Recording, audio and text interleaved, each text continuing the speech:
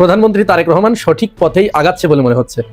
ইতিমধ্যে আমাদের কাছে এটি পরিষ্কার হয়ে গেছে, আমাদের পার্শ্ববর্তী দেশ কাঁটাতার বেষ্টিত ওই দেশটি, দাদাগিরি ফলানো ওই দেশটি প্রধানমন্ত্রী তারেক রহমানের উপরে কঠিনভাবে নাকশ হয়েছে।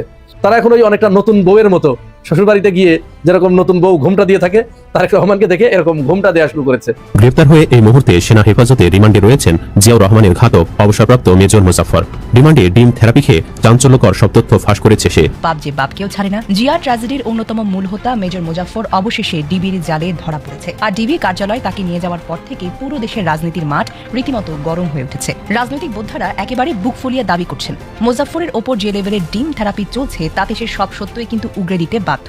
শেখ হাসিনার পতন ঘটিয়েছে ভারত। অবাক হচ্ছেন? অবাক লাগতেছে? মনে করতেছেন যে এতদিন পরে এই ভুটি আবার কই পাইলেন যে শেখ হাসিনার পতন ঘটিয়েছে ভারত? আমরা তো জানি ছাত্র আন্দোলনের ফলে, গণ অভ্যুত্থানের ফলে শেখ হাসিনার পতন ঘটছে, আওয়ামী লীগের পতন ঘটছে। শেখ হাসিনা ভারতে আশ্রয় পাইছে। যে ভারত আমাদের মুসলিম নারীদেরকে প্রকাশ্য দিবালোকে পিটিয়ে মেরে ফেলে, আমাদের মসজিদগুলো ভেঙে ফেলে, সেই ভারত আমাদের বন্ধু কিভাবে হয়? আপনাদেরকে বলি, ভারত কখনো শহীদ উসমান বিন লাদেন হত্যার যে আসামি ফয়সাল আছে তাদেরকে ফেরত দিতে চাইবে না, বা তাদের কাছ থেকে কিভাবে আনতে হবে সেটা বিপ্লবী জনতা জেনে গেছে। চাঁদাবাজি করে খাইতো, এখন তোরা পারতেছে না, কারণ ওদের নেতারা সবাই ভাইগা চলে গেছে, ওদের নেত্রী ভাই দিল্লিতে। কি করবে? উপায় নাই। একটু জয় বাংলা বললে যদি দুটা পয়সা কামাক, কিন্তু জয় বাংলা বললেই যে হাত করা পড়াই দিতেছেন। আবার এদিকে দেখেন প্রেস ক্লাবের সামনে যায় সমানে জুলাইকে গালাগালি করতেছে, বর্তমান সরকারকে অবৈধ বলতেছে, শহীদ হাদিকে ইচ্ছা করে মারা হয়েছে, এটা মারছে কারা? জামাত ইসলাম। ওপেন বলতেছে, অথচ এদেরকে তো কিছু বলেন না। না বলার পিছনে কারণ আছে ভাই। কারণ কি জানেন? দর্শক, আজকে শেষ হয়ে গেল বিশ্বকাপ ফুটবল খেলা। জিতলো কারা, হারলো কারা, সেটাও আপনারা খুব ভালো করে জানেন। দর্শক, আর্জেন্টিনার সাপোর্টার বাংলাদেশে অনেক রয়েছে। আপনারা হয়তো বলতে পারেন যে আজকে নিউজ ভিডিওর ভিতরে হঠাৎ করে কেন এই খেলা টেনে আনলাম। আসুন 2 মিনিট আলোচনা করি, সেটা আপনারা বুঝতে পারবেন। আর্জেন্টিনা হেরেছে, তারপরে আপনার স্পেন জিতেছে। লামিন ইয়ামাল নামে একজন প্লেয়ার, তাকে হয়তো খুব ভালো করে আপনারা চেনেন, এই বিশ্বকাপের মাধ্যমে আপনারা চিনতে পেরেছেন। সে একটা ওয়াদা করেছিল বিশ্বকাপের এই ফাইনালের আগে, যে যদি তারা জিতে যায় মেসিদের সাথে, তাইলে সে মুখে দাড়ি রাখবে এবং সুন্নতি লেবাসে থাকবে। অবশেষে জিতে গিয়েছে। এখন বাংলাদেশের মুসলমানরা এজন্য স্পেনের এই জয়ের কারণে মুসলমানরা উল্লাসিত হয়েছে, আনন্দ পেয়েছে শুধুমাত্র একটা কারণে। ফুটবল খেলা হিসাবে যে আনন্দ পেয়েছে বা স্পেনকে ভালোবাসা তা কিন্তু নয়। একটা কারণে মানুষ আনন্দ পেয়েছে, মেসিদের বিরুদ্ধে জেতার কারণে। সেই কারণটা হলো ফিলিস্তিন, অর্থাৎ ইসরায়েলের পক্ষ নেয় সবসময় আর্জেন্টিনা। কিন্তু এই যে স্পেন যে জিতে গেল, তারা কিন্তু সবসময় পক্ষ নেয় কাদের? ফিলিস্তিনের পক্ষ নেয়। মজলুম ফিলিস্তিনের পক্ষ নিয়েছে, যার কারণে এখন মুসলমান অনেক খুশি হয়েছে তাদের জেতায়। একটা জিনিস লক্ষ্য করেছেন যে আমেরিকার প্রেসিডেন্ট ডোনাল্ড ট্রাম্প কিন্তু সেই পুরস্কার হাতে তুলে দিয়েছে। তাই যেই ডোনাল্ড ট্রাম্প হলো একমাত্র মুসলিমদের দুশ্মন, যে কুলাঙ্গার বিজয়ী দলের হাতে যখন সেই জিনিসটা ট্রফিটা হাতে তুলে দিয়েছে, বোঝেন যে তার কলিজার ভিতরে কেমন লেগেছে। নিশ্চয়ই ভালো লাগেনি, কিন্তু দিতে বাধ্য হয়েছে। আর একটা জিনিস দেখেছেন আপনারা কিনা জানি না, বিশ্বকাপ খেলার শেষ মুহূর্তে যখন পুরস্কার বা মেডেল দেয়, তখন লামিন ইয়ামাল সবার সাথে মোসাফা করে কোলাকুলি করেছে, কিন্তু ডোনাল্ড ট্রাম্পের সাথে করেনি। এই জিনিসটা হয়তো আপনারা অনেকে দেখেছেন। আর যারা দেখেননি, লাস্ট মুহূর্তের ভিডিওটা দেখে আইসেন, দেখবেন যে ডোনাল্ড ট্রাম্পের সাথে ওই চারালের সাথে কি করেনি, মোলাকাত করেনি। এটা মুসলমান হিসেবে তার একটা ইমানি পাওয়ার, সেটা দেখিয়ে দিয়েছে। যাই হোক দর্শক, একটা বিষয় রয়েছে। আসুন এবার আমরা মূল আলোচনায় চলে যাই। বাংলাদেশ ভারত ইস্যু নিয়ে আজকের এই ভিডিওটি সাজানো, যেটার গুরুত্বপূর্ণ ভিডিওর অংশ বিশেষ আপনারা শুরুতে দেখে বুঝতে পেরেছেন। দেখেন, ভারতের অবস্থা বর্তমানে খুবই নাজেহাল, খুবই খারাপ। তার মধ্যে আরেকটা বিশেষ কারণ রয়েছে, সেটা হলো জিয়া হত্যা বা জিয়ার খুনি এই মুজাফফর দীর্ঘ ৪৫ বছর পরে কিন্তু অনেক ছলনা করার পরেও ধরা পড়েছে, এবং জিয়াউর রহমানের ছেলের প্রশাসনের হাতে। এখন তো বাংলাদেশের ক্ষমতার প্রধান চেয়ারে বসে আছে জনাব তারেক জিয়া, তাইলে তার বাবার খুনি তার হাতে ধরা পড়েছে। এখন অবস্থাটা কি হবে বোঝেন। কিন্তু ভারতের কপাল খারাপের মধ্যে এই কারণে যে ভারত তাকে লালিত পালিত করেছে অনেক বছর, তাকে বুকের মধ্যে আগলিয়ে রেখেছিল। ভারতের তো একটা অভ্যাস আছে যে বাংলাদেশে যত খুনি, ছেঁচড়া, কুলাঙ্গার, লুচ্চা, বদমাইশ যত যা আছে বাংলাদেশে উল্টাপাল্টা করবে আর পালিয়ে যাবে ভারতের কাছে, ভারত তাদেরকে আশ্রয় দেবে, বুকে টেনে নেবে। এটা হলো ভারতের একটা বদ অভ্যাস। তার মানে গরুর গোয়াল ঘরে একটা জিনিস মনে রাখবেন, গরুই থাকে। হ্যাঁ, গরুর গোয়াল ঘরে গরুই থাকে, ছাগলের গোয়াল ঘরে ছাগল থাকে, হরিণের ঘরে হরিণ থাকে, বাঘের ঘরে বাঘ থাকে। তো আমাদের পাশের দাদাবাবুরা শুধুমাত্র মনে করেন যে খুনি, ডাকাতি, লম্পট, লুচ্চা, বদমাইশ যত বাজে মানুষ আছে তাদেরকে আশ্রয় দেয় এবং তাদেরকে লালন পালন করে। তার মানে হলো তারা ওইগুলোই লালন পালন করে এবং ওইগুলোই ওরা ওখানে রাখে। যেমন এই যে 2024-এর পরে হাসিনা সহ যারা পালিয়ে গিয়েছে, ভারতে যারা পালিয়ে গিয়েছে, তারা দেশের ভিতরে কি কর্মগুলো করে গেছে ভুলে গেছেন? সবগুলোর আশ্রয় দিছে, লক্ষ লক্ষ মানুষকে আশ্রয় দিছে ওই নরেন্দ্র মোদী, আর একটা রক্ত খেকো, রক্ত চোষা। যাই হোক দর্শক শ্রোতা, সেই ভারতের অবস্থা বর্তমানে ভালো না, যেহেতু জিয়াউর রহমানের খুনি ধরা পড়েছে। এখন রাঘব বোয়ালদের নাম ইতিমধ্যে বের হয়ে আসতে শুরু করেছে। রাঘব বোয়ালরা এখন ধরা পড়বে।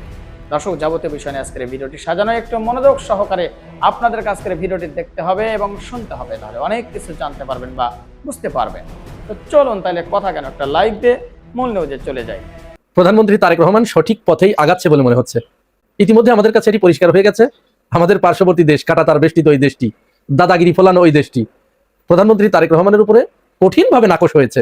তারা এখন ওই অনেকটা নতুন বউয়ের মতো শ্বশুরবাড়িতে গিয়ে যেরকম নতুন বউ ঘোমটা দিয়ে থাকে, তারেক রহমানকে দেখে এরকম ঘোমটা দেওয়া শুরু করেছে। শুরুটা হয়েছিল চীন সফর দিয়ে। তারা আশা করেছিল বিএনপি ক্ষমতায় আসার পরে প্রধানমন্ত্রী তারেক রহমান ভারত সফর দিয়ে শুরু করবে, সেখানে যে একটু নমো করবে, দাদা দাদা করবে, হ্যাঁ বলবে দাদা আপনারা ছাড়া তো আমাদের আর কেউ নাই, এইটা চিন্তা করেছিল।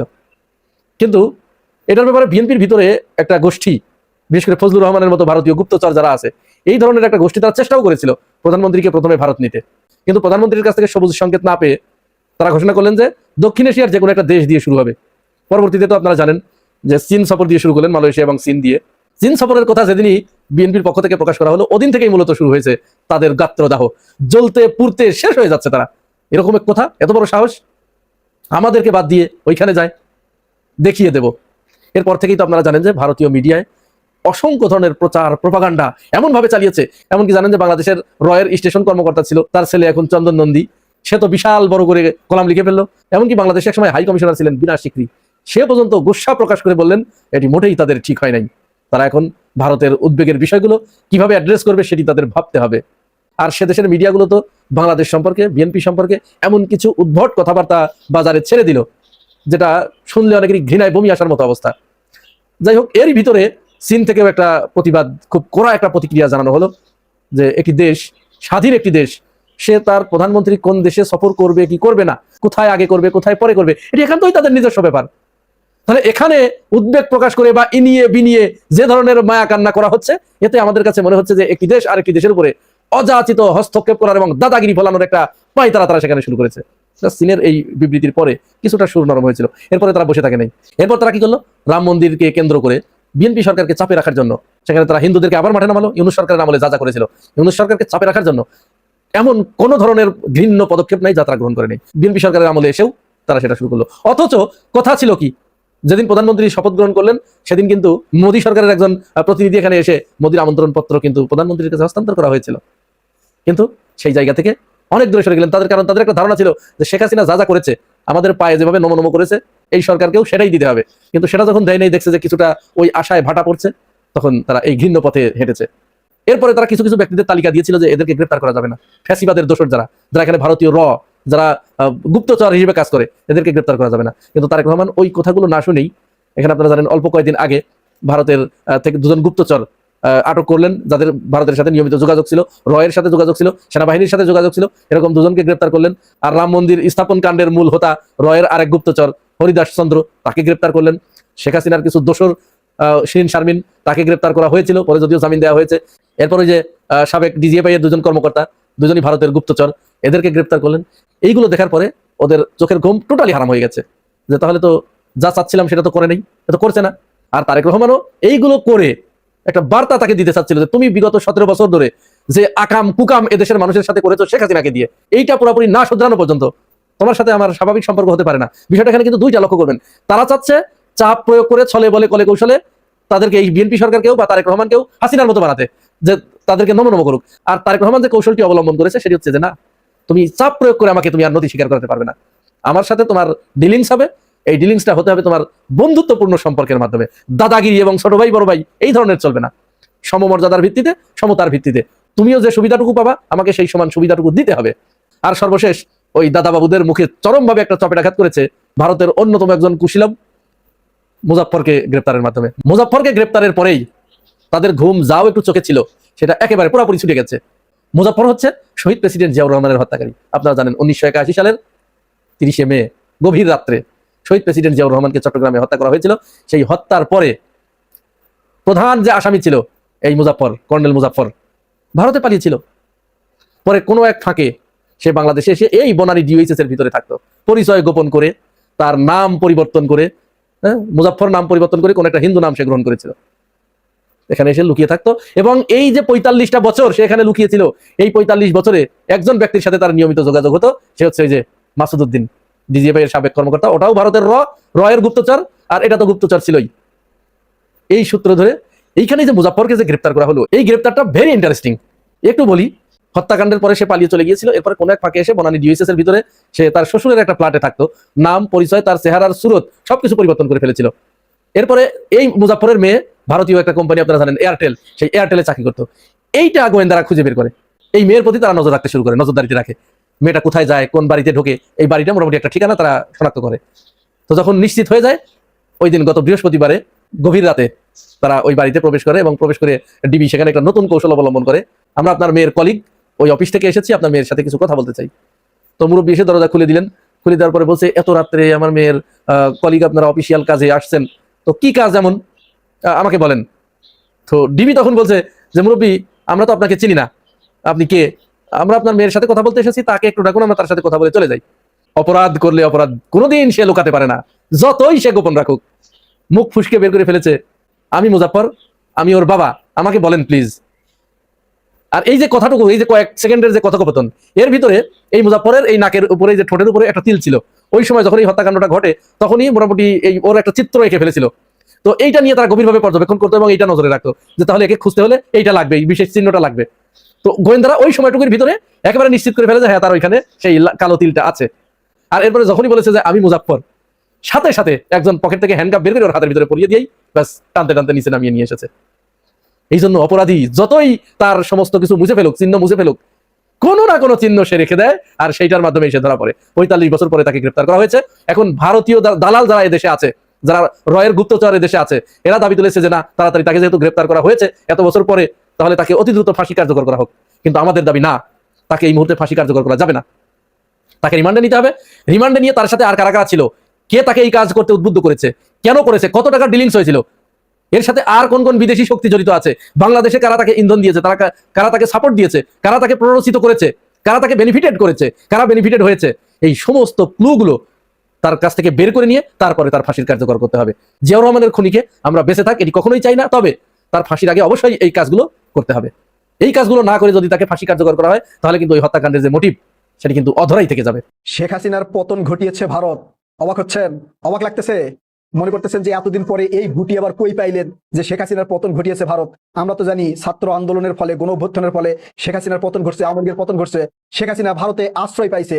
একটা জিনিস প্রথমে একটু চিন্তা করেন, মাত্র 45 মিনিটের মধ্যে ভারত সিদ্ধান্ত নিয়ে নিল যে শেখ হাসিনা ভারতে আসবে আর এখানে শেখ হাসিনা থাকবে।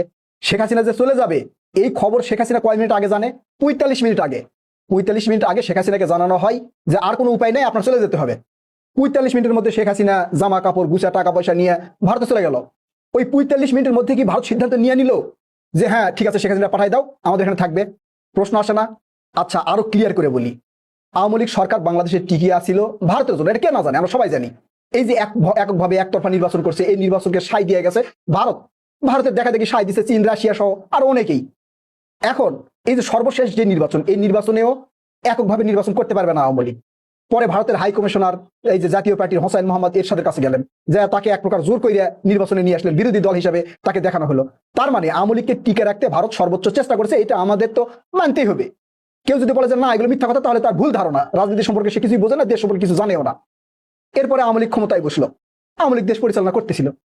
এখন এই যে কোঠা আন্দোলন হবে, কোঠা আন্দোলন, সেই আন্দোলন একতরফা আন্দোলনে যাবে, এই ছাত্রদের যে 7 দফা দাবি 1 দফাতে আসবে, এইটা ভারতের গোয়েন্দা সংস্থা জানতো না?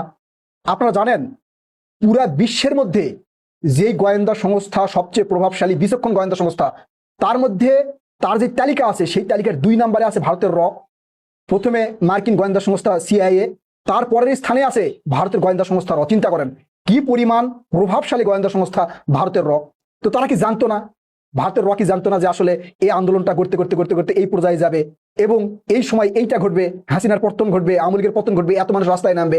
এটা কি ভারতের জানতো না? এই যে বাংলাদেশের আনাচে কানাচে ভারতের পুরা ছিল, তখন জানতো। এখন প্রশ্ন হচ্ছে, জানার পরেও কি এটা শেখ হাসিনাকে জানাইছিল?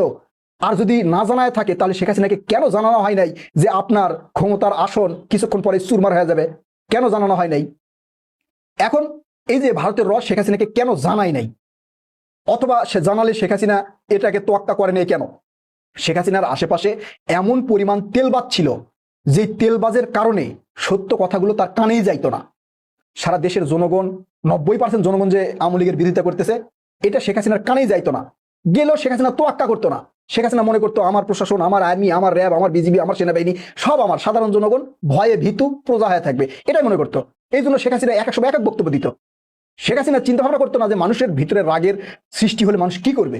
এই জন্য এই যে লোডশেডিং যখন শেখ হাসিনার সময় শুরু হলো, আপনারা তখন দেখছেন তো সোশ্যাল মিডিয়ায় ভাইরাল হয়েছে, বিদ্যুৎ লাগবে বিদ্যুৎ, মমতাজের সেই গান, সংসদের দ্বারা মমতাজ বলছিল বিদ্যুৎ লাগবে বিদ্যুৎ। তারপর যখন লোডশেডিং শুরু হলো, শেখ হাসিনাকে বলা হলো, শেখ হাসিনা বললো বেশি বাড়াবাড়ি করলে সবকিছু বন্ধ করে দিয়ে বসে থাকবো। চিন্তা করেন, একটা দেশের প্রধানমন্ত্রী তিনি বলছেন যে বেশি বাড়াবাড়ি করলে সবকিছু বন্ধ করে দিয়ে বসে থাকবো। আর কত বড় সাহস, আর জনগণ তাকে ওই জায়গায় বসে রাখবে। এই কথা বলার সাহস তার ছিল, কারণ সে মনে করতো যে বাংলাদেশের যত আমলা আছে সব আমার পকেটের। এই জন্য এই সাহস পাইছিল সে কথা বলার। আর এই সাহসের কারণে সে ছাত্র আন্দোলনকে তোয়াক্কাই করে নাই। 18 সালেও এই যে ভিপি নুরুল হক নুরের নেতৃত্বে তখন কিন্তু কোঠা বিরোধী আন্দোলন হয়েছিল, সেটা কার্যকর হয় নাই। ওইটা আসা যখন 24-এ হলো, শেখ হাসিনা প্রথম দিকে সেটাকে তোয়াক্কা করলো না। না কইরা রাজাকারের নাতিপুতি পাবে চাকরি, এটা হতে পারে? মানে সাংবাদিকদের এক প্রশ্ন, সাংবাদিক তো তেল মারছিল সেই সময়, তেল মারতে গিয়া শেখ হাসিনা ধরা খাইছে। এখন প্রশ্ন হলো যে শেখ হাসিনাকে কেন ভারত ক্ষমতায় রাখলো না, বা হচ্ছে শেখ হাসিনাকে কেন এই তথ্যগুলো দেওয়া হলো না? দেখেন, একটা দেশের সাথে একটা দেশের সম্পর্ক কি সম্পর্ক, মানে কি লাভ? ভাই বোন, স্বামী স্ত্রী, এই লাভে কি একটা দেশের সাথে একটা দেশের ভালো সম্পর্ক হয়? জি না। একটা দেশের সাথে আর একটা দেশের ভালো সম্পর্ক হয় সেই দেশের সাথে ওই দেশের বাণিজ্য কেমন, ওই দেশকে কতটা সুবিধা দিল, তার উপর ডিপেন্ড কইরা। বাংলাদেশ থেকে প্রতি বছর প্রায় 10 থেকে 12 বিলিয়ন ডলার বাণিজ্য করতো ভারত শেখ হাসিনার সময়। অবাধে বাজার খুলে দিছিল। কুমিল্লার বিমানবন্দর থেকে প্রায় 900 একর জমি অর্থনৈতিক জোন হিসাবে ভারতকে দিয়ে দিছে, বিভিন্ন করিডোর দিছে। ভারত ইচ্ছা মতো ব্যবসা করতো বাংলাদেশে এসে। এই জন্য ভারত শেখ হাসিনাকে আপ্রাণ চেষ্টা করে ক্ষমতায় রাখছিল। পরবর্তীতে বাংলাদেশের জনগণ বুঝতে পারলো যে আসলে শেখ হাসিনার এত উদ্ধত্ত আচরণ শেখ হাসিনার জন্য না, ভারতের জন্য। এই জন্য বাংলাদেশের জনগণ তখন কি করলো, এই ভারতের পণ্য বয়কট করা শুরু করলো। ভারতকে 2 চোখে দেখতে পারলো না, ভারতকে বিষ মনে করলো। এটা বাংলাদেশের জনগণ বুঝতে পারছে যে ভারত আসলে বাংলাদেশের বন্ধু না, ভারত বাংলাদেশের শত্রু। যার কারণে বাংলাদেশের জনগণ সরকারের সাথে না পাইরা ভারতের সাথে ডিরেক্ট লাগা শুরু করলো, পণ্য বয়কট করে দিল। ভারতের পণ্য যেখানে দেখতেছে সেখান থেকেই বাদ দিয়ে দিচ্ছে, এবং নাম ধরে কোন পণ্যের মানে বিরুদ্ধে কোন পণ্য ব্যবহার করা যাবে, কোন পণ্য বাদ দিয়ে কোন পণ্য গ্রহণ করা যাবে, এরকম ভাবে মানুষকে বোঝানো শুরু করলো। ভারতের বাণিজ্যতে একবার ধস পড়ে গেল। এখন ওই করিডোর আর এই বন্দর টন্দর দিয়ে ভারতের লাভ হচ্ছিল না। তখন ভারত চিন্তা করলো যে শেখ হাসিনার যা হয় হোক, কোনোভাবে নতুন সরকার যদি আসে তাহলে আগের সরকাররা যেভাবে আমার দাসত্ব বরণ করছে, এখনকার সরকারও বা নতুন যে সরকার আসবে সেই সরকারও ভারতের দাসত্ব বরণ করবে। ভারত ছাড়া বাংলাদেশ চলতে পারবে না, এটাই ভারতের চিন্তা ভাবনা ছিল। এই জন্য শেখ হাসিনার পতন ঘটলো না কি করলো, এটা শেখ হাসিনা ভারত কর্ণপাত করে নাই। কিন্তু এই শেখ হাসিনাকে দিয়ে নতুন করে খেলার জন্য শেখ হাসিনাকে আশ্রয় দিল ভারত। মানে শেখ হাসিনাকে ভারত রাখলো, ভবিষ্যতে যদি শেখ হাসিনাকে দিয়ে নতুন করে নতুন খেলা যায়, এই জন্য ভারত রেখে দিছে। এখন ভারতের আশা কি পূরণ হয়েছে? নতুন সরকার আসলে ভারতের দাসত্ব বরণ করবে, ভারতের কথা মতো চলবে, ভারত যা বলবে তাই করবে, সে আশা কি ভারতের পূরণ হয়েছে? না। ভারত যে চিন্তা ভাবনা করে আসছিল, ভারত যেই মোটিভেশন নিয়ে আসছিল, সেটা একবারে জল হয়ে গেছে।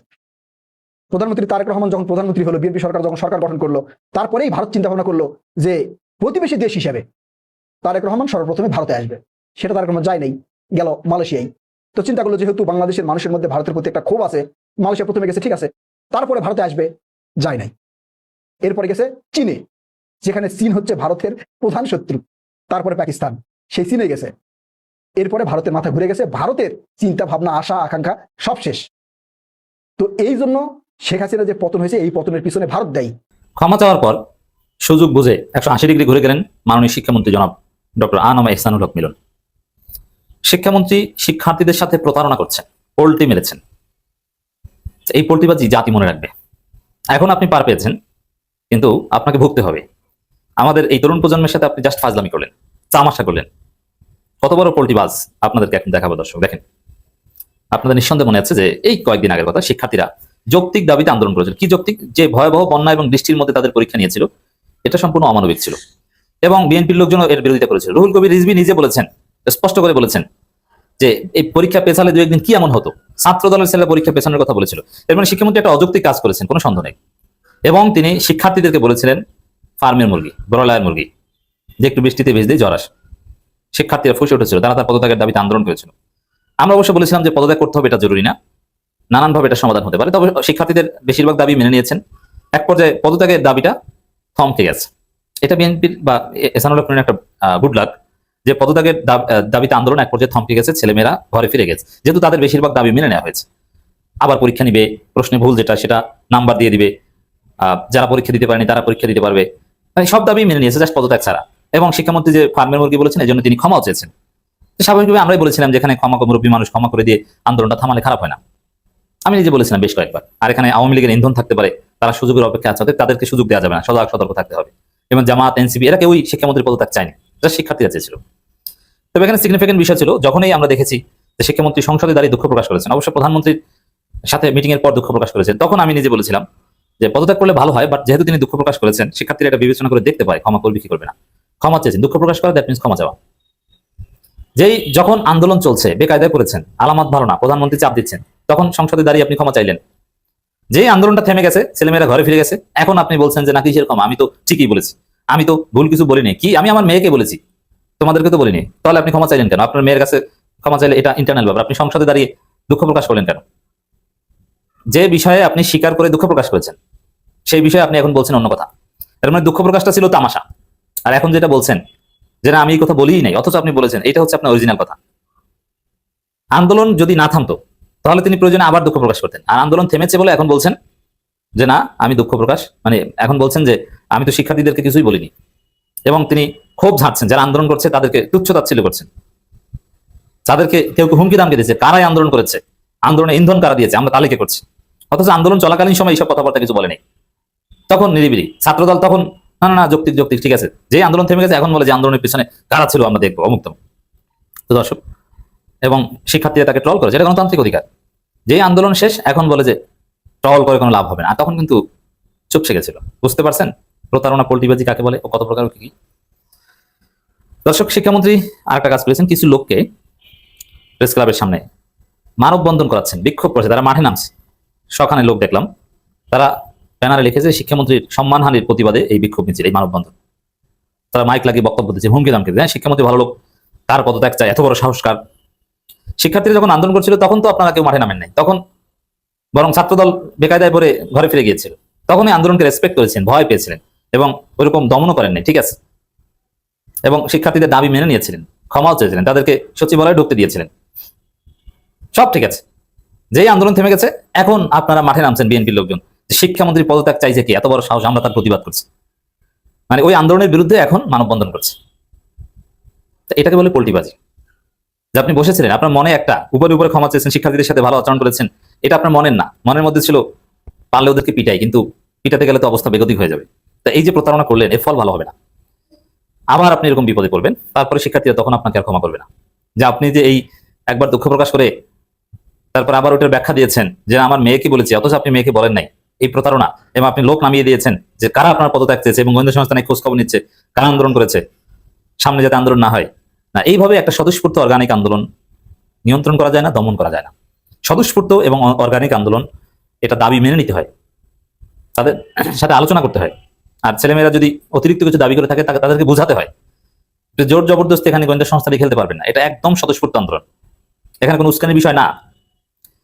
এই শিক্ষামন্ত্রী এখন আমরা বলছেন যত ট্রল করি না কেন আমাদের সঠিক দায়িত্ব থেকে বিচ্যুত করতে পারবেন না। এর মানে এখন তিনি ট্রলকে ভ্যালু দিচ্ছেন না, যেটা আমরা সঠিক দায়িত্ব পালন করছি, আমাদের কোনো ভুল নাই। তিনি নেত্রকোনায় যে বক্তব্য দিলেন তাতে মনে হচ্ছে যে না, তিনি সঠিক পথে আছেন। এবং শিক্ষামন্ত্রী অ্যাপ্রোচ নিয়ে কেউ কেউ অনেক শিক্ষাবিদ যৌক্তিক সমালোচনা করছে যে আপনি বাড়াবাড়ি করছেন, এই সেই। তো সেগুলোরও কঠিন জবাব দিচ্ছেন, না আমাদেরকে থামাতে পারবে না, আমরা একদম ঠিক পথে আছি। কেউ নাম দিয়েছেন পরীক্ষা মিলন। দর্শক, আশা করি পুরো ভিডিওটি আপনারা দেখেছেন। এবার অবশ্যই আপনাদের মূল্যবান মতামত ভিডিওর কমেন্ট বক্সে জানিয়ে দিন। পারলে ভিডিওটি শেয়ার করে সবাই দেখার সুযোগ করে দিন। আর আমাদের এই চ্যানেলে নতুন হলে সাবস্ক্রাইব করুন, যারা ইতিমধ্যে সাবস্ক্রাইব করেছেন সবাইকে ধন্যবাদ জানিয়ে আজকের মতো এখানেই বিদায় নিচ্ছি। দেখা হচ্ছে নতুন কোনো ভিডিওতে। সে পর্যন্ত সবাই ভালো থাকবেন, সুস্থ থাকবেন। আল্লাহ হাফেজ।